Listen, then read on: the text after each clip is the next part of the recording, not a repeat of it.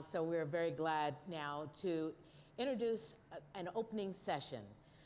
You're going to have thought leaders and people who are really making a difference coming up. And they are truly a global panel. First, Lord Michael Hastings, Global Head of Corporate Citizenship, KPMG International, United Kingdom. Governor Tim Pawlenty, President and CEO of Financial Services Roundtable. Richard Reeves, Senior Fellow, Economic Studies at Brookings Institute in Washington, D.C. Gan Hutagt, he is CEO of ARD Financial in Mongolia. And our moderator, pioneering broadcast journalist, Christine Ockrent of France.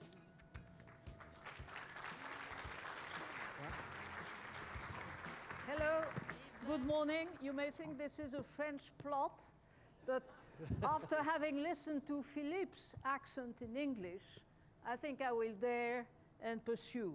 It's indeed a privilege and an honor for me to be with you here in Atlanta this morning with such a distinguished panel, and we'll try actually to follow up on Philippe's remarks as to the better ways to make our digitized world another step forward in terms of inclusion. McKinsey just came out with a very interesting study about the American economy in this age of digital mania, and it actually shows that only 18% of the whole American economy is truly impacted by the digital revolution. And those sectors which employ the most people, like health, agriculture, construction, are actually far less digitalized than other sectors of the economy. And so the idea is this morning, is to try and understand how to avoid a growing gap between the haves and the haves not, but also between the haves more and the haves less.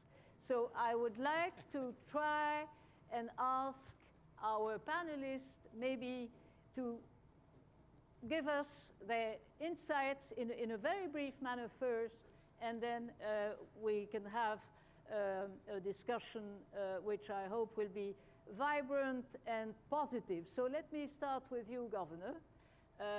You've been in politics, you're now in finances, so you have a broad spectrum, but a little bit, how could I put it, on the upper stage of things. So how do you see the digital age actually making those gaps worse, or on the contrary, lesser? Well, first of all, thank you and good morning. It's a delight to be with you and delight to be part of Operation Hope's Global Forum and to be part of this distinguished panel. We've asked in just 2 minutes to try to summarize some overall thoughts in this regard. Some of the themes of this gathering is how do we improve inclusion and empowerment. And I really am a digital optimist, and I like Google's phrase, or one of Google's phrase, which is the future is awesome. So as you think about the powers and perils of technology, at least as applied to financial services and financial empowerment and inclusion, I think it's very promising. We're not where we want to be yet, but think about these basic offerings from technology. More and more, and hopefully soon everybody can participate. The technological access points and inclusion points are going to be ubiquitous as devices become even more and more affordable and more available and more user-friendly. So I think we are going to continue to make great strides towards access to financial services, and frankly, the markets are shifting dramatically towards people wanting to access their financial services remotely or digitally, particularly for younger generations. So that on the inclusion side of it, I think it's extraordinarily promising. Price barriers reducing, access to technology and devices reducing, availability of services and user friendliness expanding exponentially. But to close on this part of the discussion, it doesn't then address by itself the financial empowerment part of the equation.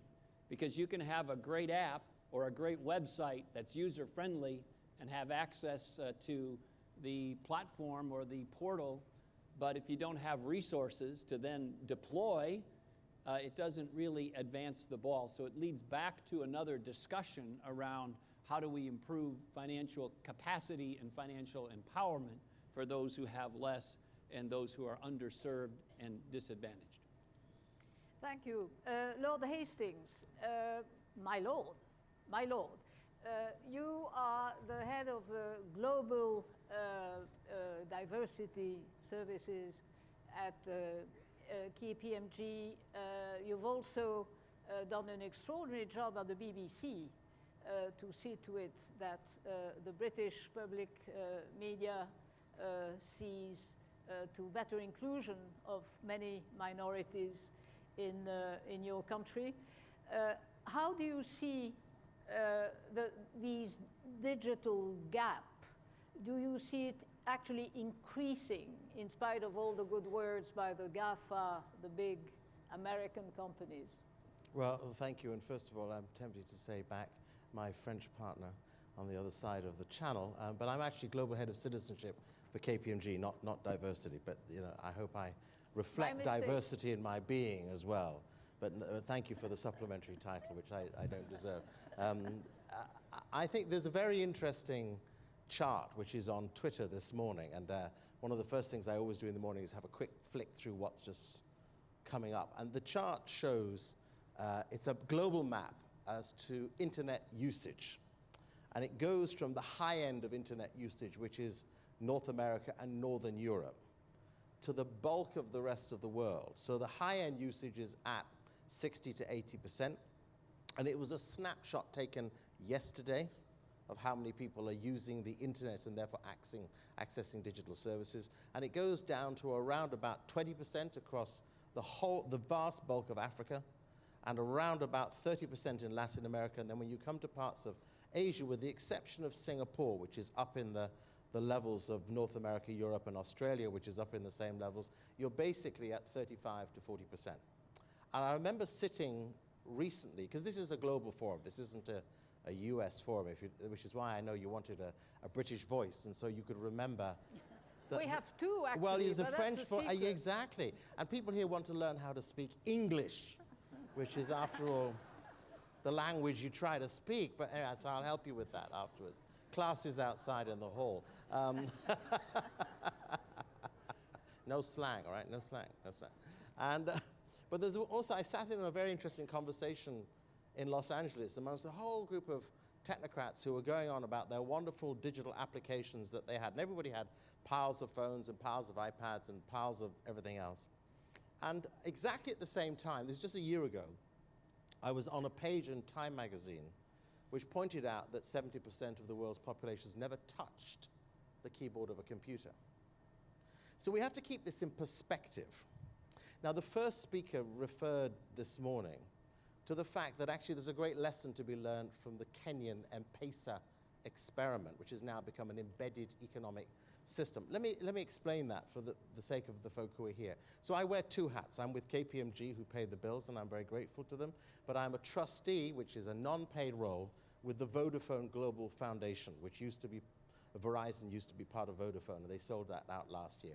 So the Vodafone Global Foundation has contributed over $1 billion in the last 20 years to economic advancement around the world. One of the best things we did was the creation of the M-Pesa mobile phone app network, which allows people to do financial transactions on their mobile phone.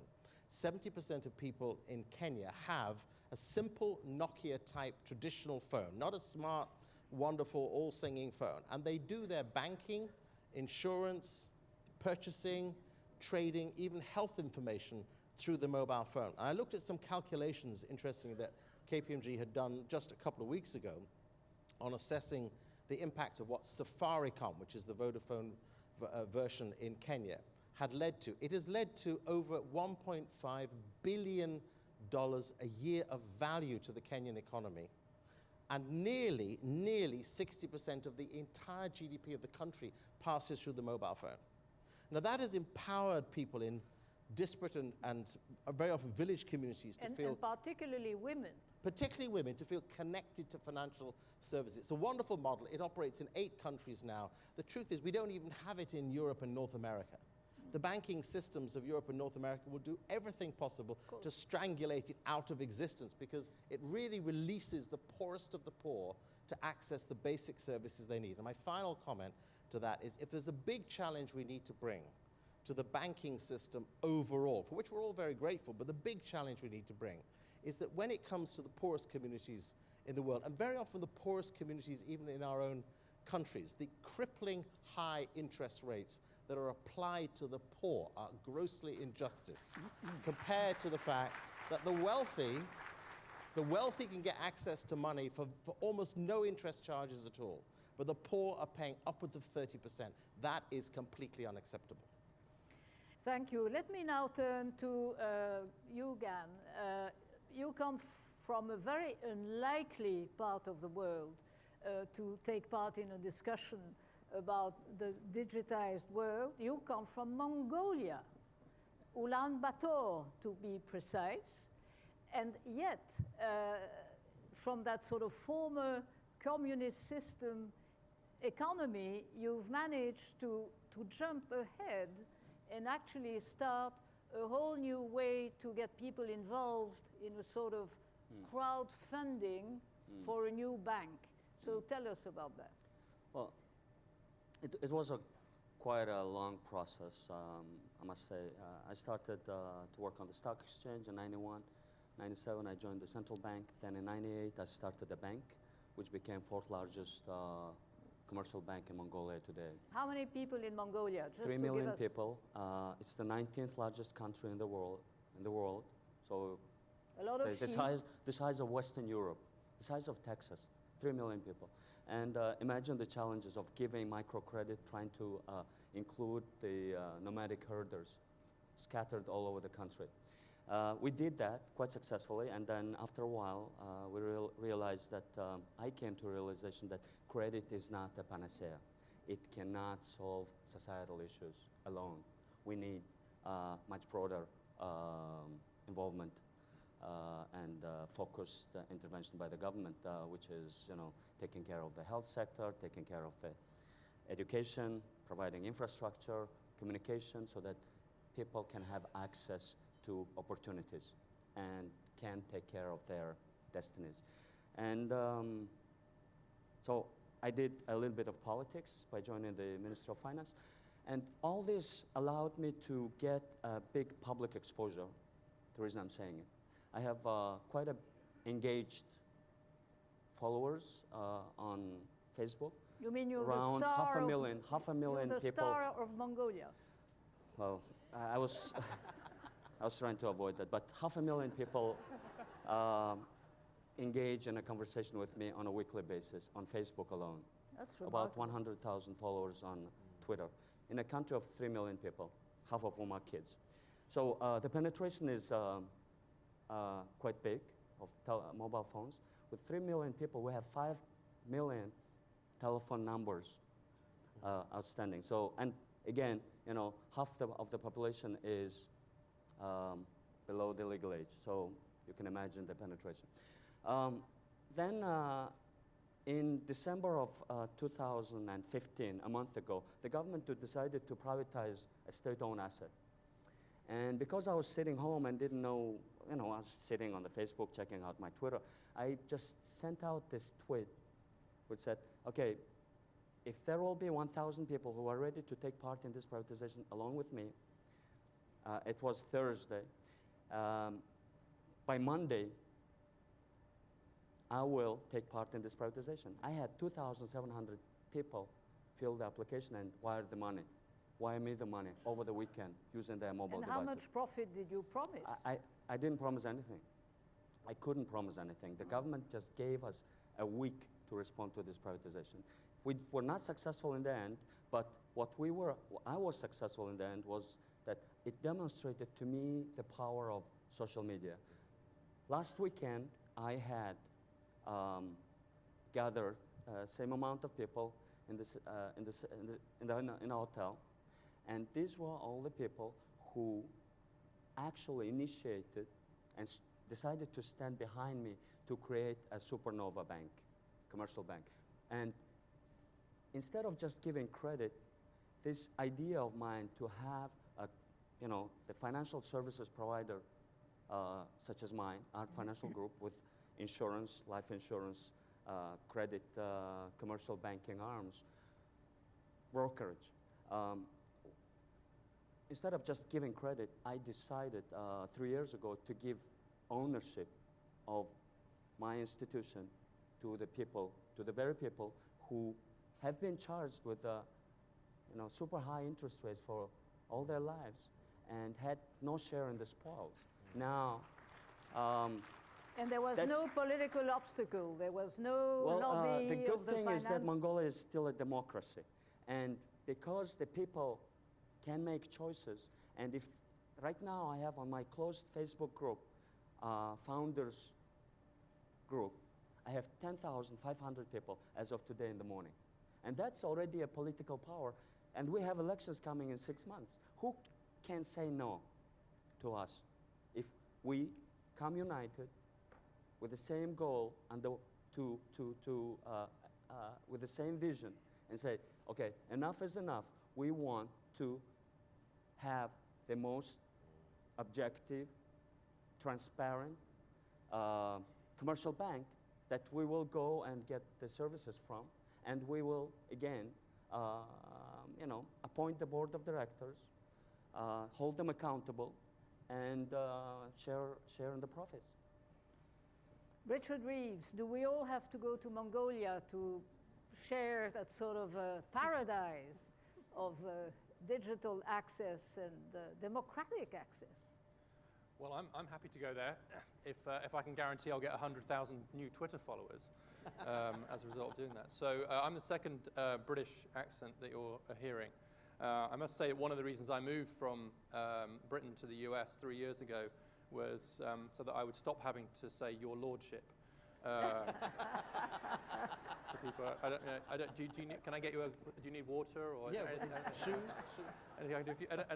Americans are fascinated by the royal family, the monarchy. And Downton Abbey. And Downton Abbey. God help us. and they always come to me and they say, the royal family, and they're like, "Are you excited about the new baby?" And first of all, I go, "What?" And then I go, "Oh, you're talking about the royal baby." And then Kate's having a second baby, and I'm like, I try to escape from this stuff. And it's all very well for you. You're not ruled by these people. So as I'm sometimes, in my day job, I work on intergenerational mobility, the American dream. So I won't talk much about that, but I encourage you to look at the work Brookings is doing on this. And in particular, as we're getting numerically competitive, I have a YouTube video that's been watched by 500,000 people, which uses Lego bricks to look at rates of mobility. And I have a bet with a friend that I can get more views than him. So please watch it on as many devices as you can find. One of the headlines from that actually is that rates of upward and downward mobility vary dramatically by race in the US. So absolutely bottom line, one of the findings is that if you're black and born poor, you're twice as likely to stay poor as an adult as if you're white. And if you're black and you're born in the middle, you're twice as likely to fall as if you're white. That's just one of the findings from the work we're doing. I should say, however, that having moved here, I have a green card, I have an American wife, American kids. I was born on the 4th of July. Pretty good. And it's called destiny. And I've just applied for US citizenship about as early as I could. So I will no longer have to say "Your Lordship." Oh, no, you still will. Well, it depends what I do with the other passport. I had to wait till after Christmas because it's cost $1,000, it turns out, which is quite steep. And I said to my kids, "Do you want an American dad or presents for Christmas?" Didn't take long. I'm going to make 3 very brief points. First is, I think in a lot of these fields, we're moving from questions of access to questions of skills, and in particular, navigational skills. It's about how you use the opportunities that are there. It's how you use technology. Do you have the capacity to use it? The same is true in higher education. It's not really so much now about just access, about the doors being open. It's can you get there? Can you stay there? Can you make use of the skills? And in particular, skills of navigation. Can you navigate the world rather than just access? And I think in a whole series of areas now, we're moving from that proper focus on access to one of navigational skill. The second point, I don't like the language of inclusion. I don't like talking about inclusiveness. And the reason for that is I think it can become quite intellectually unclear what we're talking about. I also think it's a bit mainstream. You've already heard a lot today. Get people in the mainstream. And very often that can boil down to really a hope that people become more like us, more normal. And I don't think the mainstream is as main as it used to be. There are many different streams now. And in the end, our goal shouldn't be inclusion, I don't think, depending on how it's defined. It should be independence. It should be that each person is able to be independent. And I've written separately about that. And that's particularly true in America. I was asked recently to write a long piece for Esquire magazine on the essence of Americanism. And the best I could do is this. The essence of Americanism is the following phrase: making something of yourself. The number of times Americans say, without thinking about it, she's really made something of herself. Think about that sentence for a moment. She's made something of herself. It's quite individualist, but it's quite egalitarian as well. And I think that in some ways, the American idea is very different to European ideas of inclusion. It's about equality, but it's about equality based on independence. Jean-Jacques Rousseau, I have to quote someone French now, said that lacking freedom, the definition of lacking freedom was living at the mercy of somebody else. Whether that person's benevolent or not, living at the mercy of somebody else, right? You don't need to tell this audience what it means to live at the mercy of somebody else. That's true today too. So our goal is not inclusion, independence. The third point, we should think about the impact of the digital revolution on leisure as well as on work. There's a lot of discussion about how it's changing the workplace. It has also dramatically changed leisure and is doing so very rapidly. Crudely put, when you're not at work, life's a lot less boring than it used to be. Anybody who hasn't played Star Wars Battlefront yet should, and then we'll have the conversation. It's amazing. And with teenage kids, what you recognize is that actually the intrinsic value of leisure time has changed. And it can become quite skilled. It can become quite intrinsically rewarding, quite status enhancing. And so and I think we have to accept that and say that's a good thing, but it might change how we think about the relative value of work, quote, versus leisure. And so actually we have to think about the possibility of a world in which some people are faced with a choice between a high-skilled leisure time or a low-skilled job. And it's not entirely clear to me that people should necessarily choose a low-skilled job and a low-paid job over relatively high-skilled leisure, which has been enhanced by technology. So we need skills, but for independence, not inclusion. And we might need to think about the quality of work, because the quality of leisure, helped by technology, is getting a lot better, and we should confront that challenge too. But what about the disruptive dimension of having the digital world invade not only our leisure, our ways of life, but also the very notion of work, because there will be more robots, more automation. Lots of jobs will actually disappear or will have to change dramatically. So, Governor, how would you react to that? I mean, to what extent does, again, the digitalization is no miracle. It can also break up a lot of models that we have become used to. Yeah, and that's why I think it's important to remember the promise and the peril of technology and what it means. It's inevitable. The march of technology is going to continue, and so we need to, as best as possible, anticipate what those disruptions and negative consequences are and try to mitigate against them. I think one way to do that is to try to make sure that as many people as possible are as highly skilled and educated as possible, so they have the best chance to access the economy of today and tomorrow. I grew up in a meatpacking town. My dad was a truck driver. My mom died when I was 16. I was the only one in my family to go to college. My dad used to talk about strong back jobs, so if you missed the educational rung for whatever reason, you could still go down to the meatpacking plants and cut meat, load and unload stuff, drive a forklift, drive a truck, and still make a living wage job. And back then, for our family of 5 kids and with benefits, you know, those jobs are mostly gone. So if you don't have a skill or an education that allows you to access the economy of today or tomorrow and navigate, to use Richard's term, platforms and portals and educational systems and life more broadly, it gets very tough for you very quickly.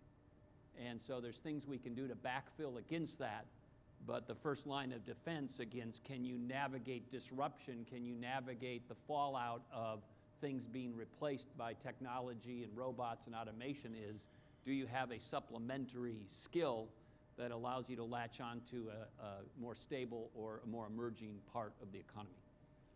Lord Hastings? Well, I think that the challenging comment I want to make to that, which is, of course, we all agree that technology is positively and negatively disruptive. But the latest figures from the International Labour Organization show that there are 72 million people in the world between 15 and 24 without jobs. The greatest numbers of those are in the Middle East, followed by Western Europe, then followed by North America. We have a crisis of youth unemployment across our networks, and technology is not solving that problem. And In what fact, about Africa? Where it's well, in even- Africa, you're looking at a burgeoning and ballooning problem of youth unemployment. Technology is actually, ironically, making it an awful lot worse, partly because of the flight from rural communities, from the land outwards to the cities, the great promise that the jobs are all to be had in innovation, when actually the greatest numbers of jobs most available to people who have a skill in something that is basic and traditional, notably agriculture, and the greatest need for the world in terms of feeding and supporting its burgeoning population is to be found in the basic jobs, not in the innovation jobs. And what we've got to do is to kind of end this enormous assault on the basics and the flight for the innovative in such a way that, because we're excluding far too many people who are never going to be able to fly at the high levels that are expected by the Harvards and MITs and the innovators. They're just not going to happen. And that the means PhDs and the PhDs. well, the PhDs and the PhDs, and we need the do's. Every one of us knows what it's like to battle for somebody to fix something basic. But the need for those jobs, especially in the toughest communities in the world, is such a desperate need. Now, you know, of course I agree with Richard because he's British, but when he's American, I won't agree with him at all after that, because, you know, he'll have dual citizenship, so yeah, you can exactly. choose. But, you know, he'll probably live in a Downton Abbey type mansion in Washington. I mean, but the point he made, of course we agree, we like each other. The point that he made, which was about, you know, the thing that defines America is it's great. Everybody can make something of themselves. But, you know, there are 46 million people in this country living below the poverty line. And the greatest proportion of those 17% of the population are black, who live below the poverty line. And there is something grossly unacceptable about a philosophy that says you can make something of yourself, when actually the system doesn't allow them to make anything of themselves because of the restriction of finances and the inability to see beyond this hype around Silicon Valley. Silicon Valley is fantastic. Every one of us relishes in the joys of what we can do, from Facebook to Instagram to Twitter to our wonderful tech systems. We wonder at all of that. But it's leaving the mass of the poorly educated and the economically impoverished behind. That is not an acceptable equality or justice system. And I think the way we have to change that, and I go back to my point around inclusive finance. I do like the word inclusive, and my friend from the UK doesn't like it, but then there you go, he was in a party that didn't do very well at the elections. But inclusive, I had to get him back for his rude comments about the period. I mean, how dare he? I was trying to be deferential. No, that wasn't deferential. But the point about inclusive finance has to be where the finance becomes available from.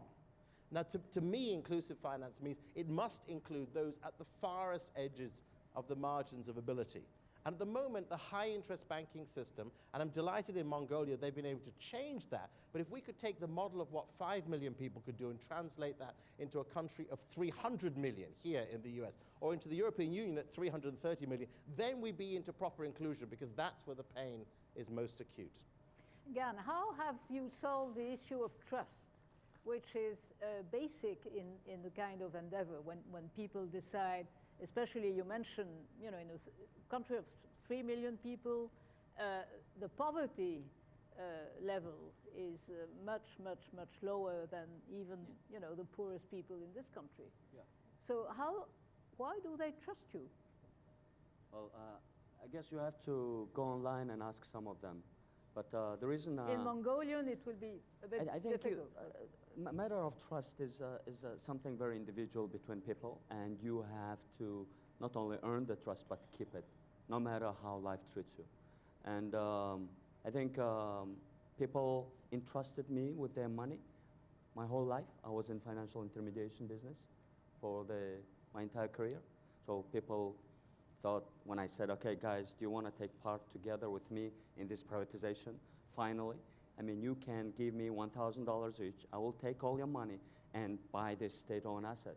Individually, these people hadn't had a chance But to do take these part in the people large know how privatization. to navigate, to pick up on Richard's Well, I argument? think I set a precedent, and I think I disrupted the way privatization was viewed by people and the government. And I think the government is watching very careful currently at this process. Just, again, last week, I took part in the privatization of the postal network, state monopoly, 95%. And we took 17%. Again, I'm a public company, and I took the people's money and said, okay, we need the postal services because of the logistical issues that we face as a country. And again, we democratized the privatization. We are democratizing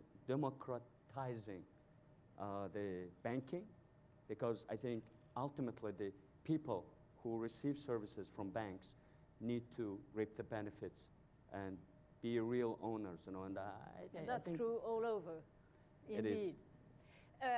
We've come to the end of this brief discussion. I will ask you just to give us, each of you, one key word, if you were to describe what might happen in the next 5 years when it comes, again, to using the digital to actually narrow the various gaps in our societies. Lord Hastings, I'll start with you. One word, please.